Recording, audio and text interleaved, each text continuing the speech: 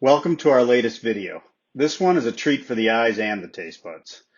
I wish I had $1 for how many times people tell me, well, I know you don't go to Havana for the food. There may have been a time that was somewhat true, but it's certainly not the case anymore. In fact, food is one of the highlights of a trip to Cuba, thanks to one unique Cuban invention, the paladar. A paladar is a small family-run restaurant, usually in a converted part of the home. Some started as like a single table in their kitchen. Today, the very best of Cuban cuisine, from the most authentic to the most gourmet, is found in these paladares. They are private family businesses with zero support or ownership of the Cuban government. The best of these restaurants' menus often change daily and feature organic, locally sourced, farm-to-table ingredients. This is both to ensure quality, but it's also out of necessity. In an embargoed country like Cuba, availability of fresh ingredients is very limited and changes every day. So the best paladars have an agreement with a small organic farm to bring them their produce and meat, and also local fishermen to provide fresh seafood.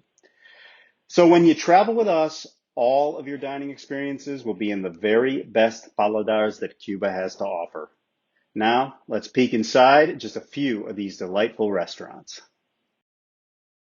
Al Carbon is located in Old Havana. It's a private restaurant, first opened on 2012 by Chef Ivan and his partner at a gorgeous colonial house from 1766.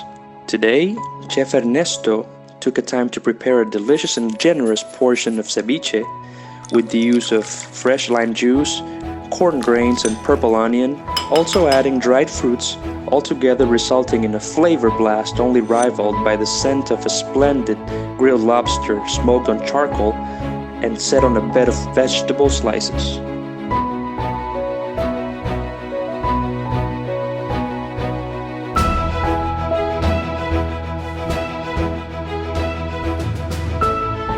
Fresh produce is a must-do that explains the day-to-day changing menu, never missing house special dishes like the lamb ribs, crab risotto, and the revered suckling pig.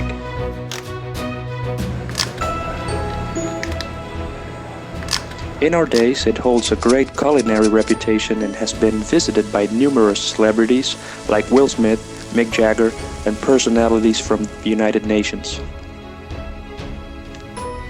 Chef Ivan first studied in the reputed restaurant La Ferminia, a project led by Fidel Castro with the aim of catering and hosting political and diplomatic encounters with important personalities of the world.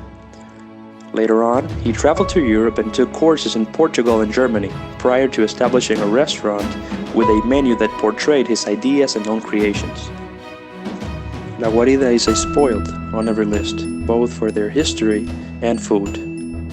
A necessary comment is the Oscar award-winning film Strawberry and Chocolate that gave much of today's atmosphere and decor. This afternoon, chefs Axel and Fidel invited us into the kitchen to witness the preparation of spinach crepes with beet juice, a hot yet balanced sweet salty appetizer, preceded by curry chicken in a sauce of caramel, onions, and raisins, finishing with a crunchy, silky suckling pig that melts the mouth on the first sight.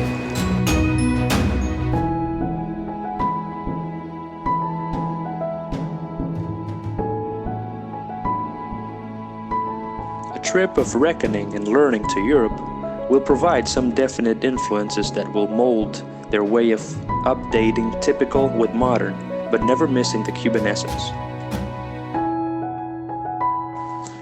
La Reserva's culinary project stems from the successful private small hotel founded in 2016 by 3 European architects and 1 Cuban entrepreneur.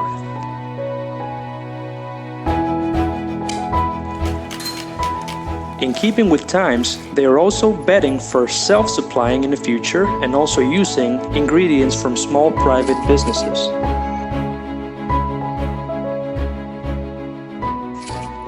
Surtido Crujiente is a crunchy mix of fish, chicken, and black bean croquettes with shrimp chests and fried eggplant sticks. Dipping them all into a silky baracoa chocolate sauce is to have the whole experience.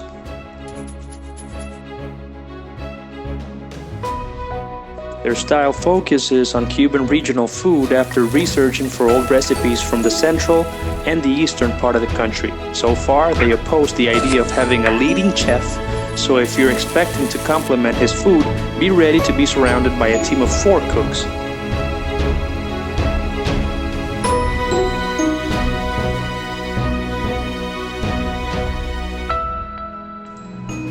Isla del Coco, or Coconut Island, is a recipe brought from the Isle of Youth.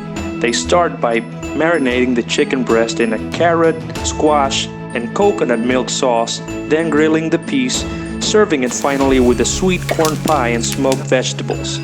Sweet, salty, spectacular. Last but not least, tropical tart is an attempt to diminish the bad reputation of Cuban desserts being a little too sweet. Pie dough is filled with a custard cream of mamey, a sacred fruit for Cubans, and then glazed fruits in season bring texture to this colorful, refreshing tart, this time made with guava, pineapple, and papaya.